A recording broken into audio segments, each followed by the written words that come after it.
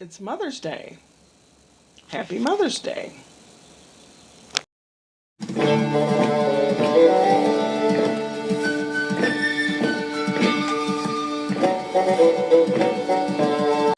I wasn't a mother until Brian came along.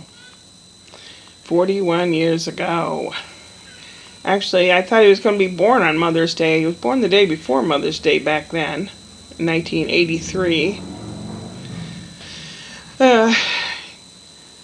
I was due, I don't know when I was due, I forget. But I started having labor pains, and my ex, Charles, was listening to some program on the radio, and he wasn't going to go anywhere until that program was over. So from noon to 5, I was lying on the bed, worried to death that I was going to have the kid at home. We were pretty poor at that time. I was working at a dental lab, and I wasn't making much money. I had an old crappy car, and Charles was not working. They had some Catholic charities help me through that, and they were thinking that I was so poor that I would adopt the baby out. No. And the doctor I had was an old fart, the kind of doctor people are scared of and won't do anything unless they knew that he was there and told them to do it, even though they knew how. Unfortunately, he had this big graduation party for his daughter that day, and he was three sheets to the wind. In other words, he was drunk off his ass. He was pulled away from the party to go into the hospital and help with the birth. So he came in, and Brian was coming along okay, and all of a sudden Brian decided to turn his head sideways and would be difficult. And the doctor got these giant salad tong things out, forceps, clamped them around his head, and he was yanking on him. Brian was born, and then the placenta also leaves you and is born or birthed or whatever you want to call it.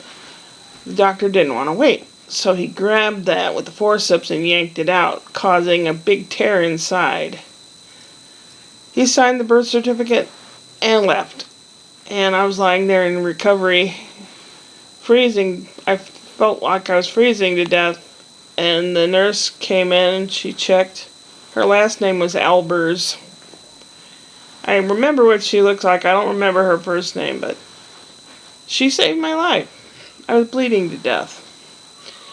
So she and another nurse, and they did it I had to do it secretively or the doctor would get all pissed off.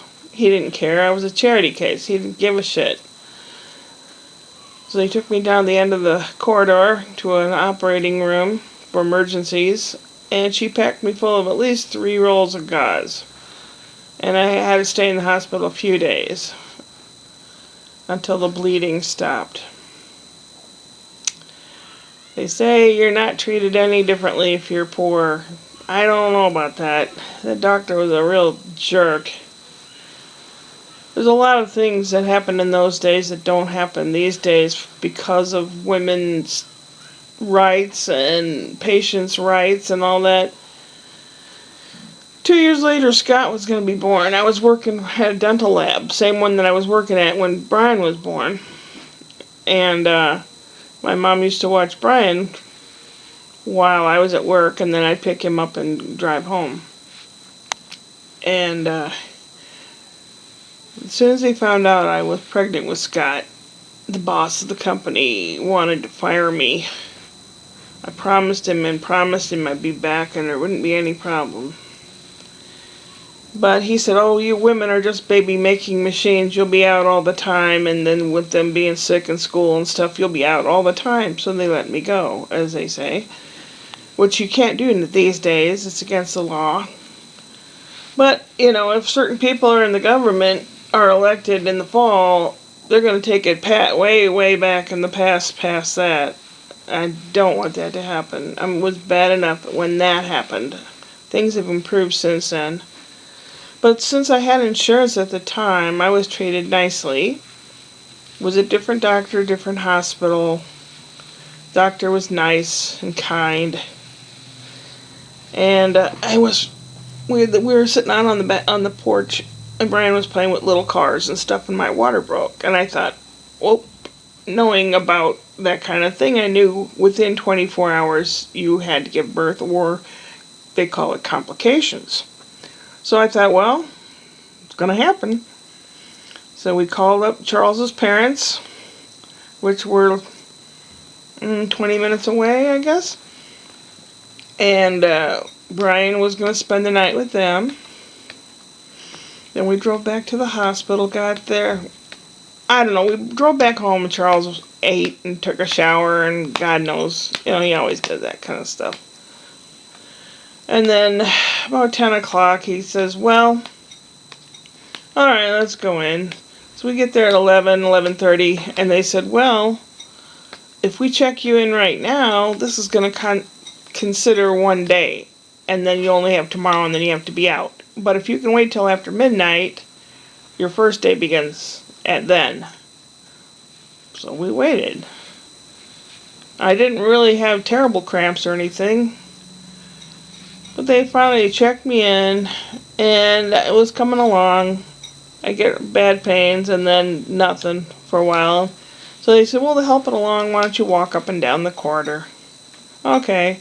I'd walk up and down the corridor, and then I get this pain like someone kicked you real hard.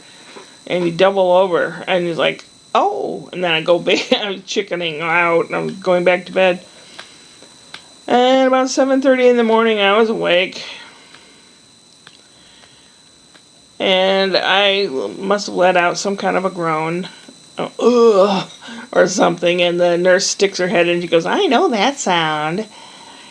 And so she got all the other nurses and stuff geared up, because she knew it was going to be really soon. And then all of a sudden 20 students come in. Oh, we have these interns and students. Is it okay if they watch? I don't care. At the time, I did not care. So they all watched, and Scott came out at 8:02 in the morning. And he was like waiting for his time, waiting for the stage curtains to open, and he comes out, hello, my baby, hello, my darling, hello, my ragtime gal. That's Scott, and he's still a ham. But he was born 8 pound 2 ounces at 8:02 in the morning, and those are my boys. He is 39? Yeah. Very proud of them. Now, Scott is different temperament than Brian. He has not, although he went to school and he has a master's in French, he's up in Canada because he fell in love and married a Canadian lady. And they have Felix, who's going to be 5 pretty soon, and twin girls who will be 1 pretty soon. I wish I could just pop into a capsule and go visit them whenever I wanted. But anyway, what was I going to say? Scott's more of a showman. He's more of a storyteller. He's more of a very gregarious guy. He's not as money conscious as Brian. Brian used to count his piggy bank pennies every night. He knew if mom or dad even took a quarter out for something. And there were times when we were so poor that I thought about taking out a couple quarters just so I could make it. But I knew Brian counted his money every night. He's always been very keen on that, and he's doing well. He's a nurse. Scott is a construction worker. He got into that business because of one of Marley's stepfather.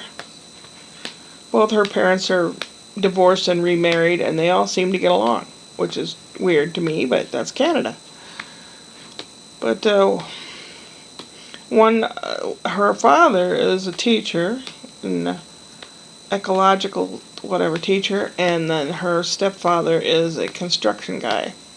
So Scott got into the construction field, and he's going to school, and next year he'll be a journeyman or something, which is a little more money. And Brian continues his schooling too, and he has a little more money. I'm proud of them. And both of them like to cook, and they know how to cook. I gave them a cookbook, a 3-ring binder of the recipes that I had made in their lifetime that they liked. Things that they liked, I made copies of and put them in their books. And this is this such and such tool, and it does this, and this is the measurements, and so it was it's a neat gift. It's a great gift to give to anybody, college kid or someone graduating and go off to college. Make a little a memoir book or something with recipes of things that you make, and I don't know, teach your kids. I guess I did okay in teaching my kids. They both can cook. They won't starve. They both know enough about money that they are not disillusioned.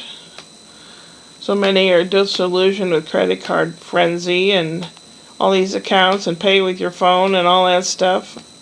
That's not my generation at all, and it's hard for me to accept it. But then I keep thinking, one of these days, the grid might crash or be taken down on purpose. Then what are they going to do? Enough blithering. Let's go to the park for a picnic.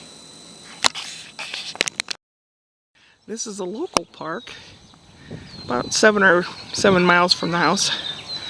You had to pay $10 to get in here, though. We saw this gazebo and it was open, so in the shade, so this is where we stopped. If it's reserved, we don't know. There's no signage. Look at the mountains that you can see. Isn't that gorgeous? Oh my God, I just love mountains. Alright, grabbing this. Then you want all these. You pick which one you want. Oh boy. This one. You want the Cheetos? Alright. Okay. Good choice, bud. What do you want, Savannah? Want to try it? Mama, you want some? It's a corn chip. You know what corn chips taste like, right? You like that one? Mm-hmm. Look. Wee Willie Winky, fast asleep. Oh, you want it?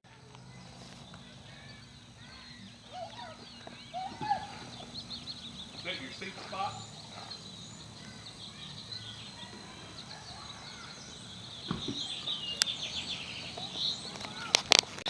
He's been asleep the whole time. How nice.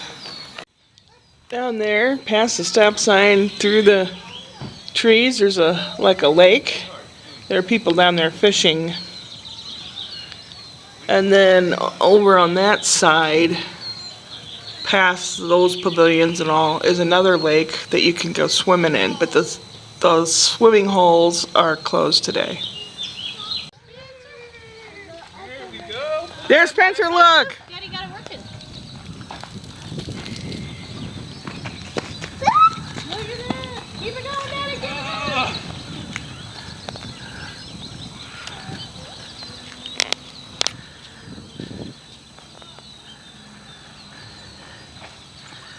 There you go, now let it go high.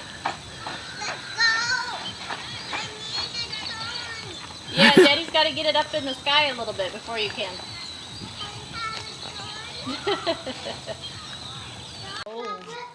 Old blueberry.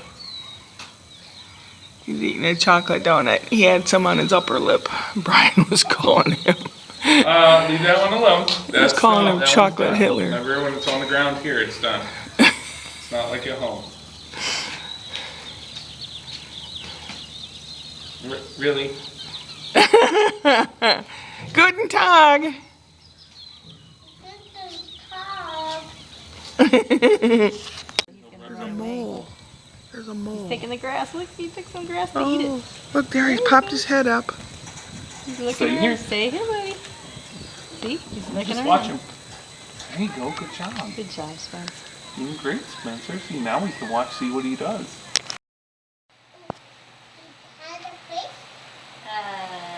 Well, his mouth is on the bottom, so we can't see. Down. There's his little face is on the bottom. But this is you and me, and we collected a bunch of shells. Now we're all out on the boat. Oh my. You're a teacher, a guide, accompanying children, an example to all of us as we grow older. Guide. Alright. So you said just one quick motion? We'll put it on the it has to be put on the table first. Okay. Wait a minute. Stand back because we don't know what's going to happen. Alright, so we're going to lift it up real fast and up. Okay, ready?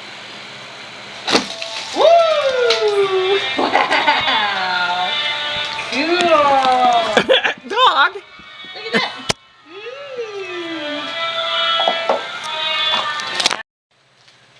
Oh, that's the white owl that's Harry Potter's I mean, I don't buddy know if there's anything on it. that brings him mail.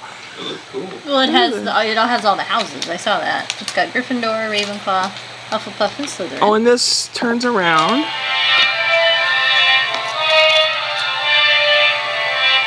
Yeah, unless it was supposed to say something. Uh-uh. I mean, No, let I it don't spin. think so. Let it spin.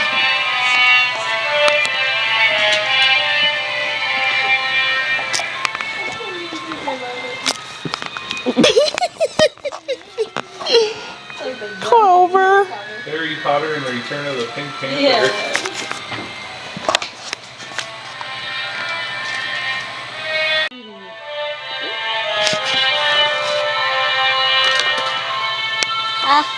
How to spin on my own? Brian had this made up for Ashley. Where'd you put it? Called Thank You Mommy Loves Sebastian and Spencer. I've got a picture of them in there. In the front somewhere. It goes with That's that. the one he had. Here. That's actually one of the most important ones because then that's how you tell what everything is. Thank you so much for everything you do. Your patience, your compassion, help a family thrive. We love you so much. You're our favorite buckethead.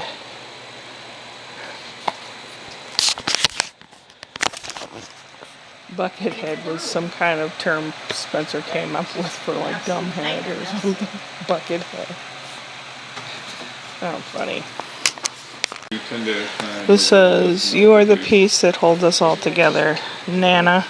And then the puzzle pieces have Brian, Scott, Mom, Ashley, Marley, and grandkids. Okay. It's so nice. Got cards, There is some it on the front. socks, and a zipper bag. Cool. Oh.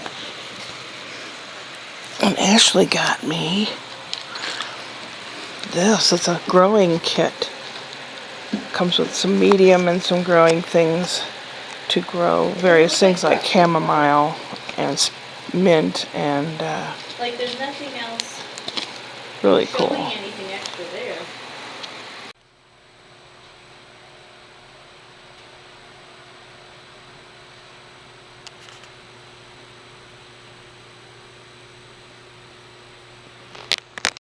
This is a shoe is a reference for how big the card is. Big card.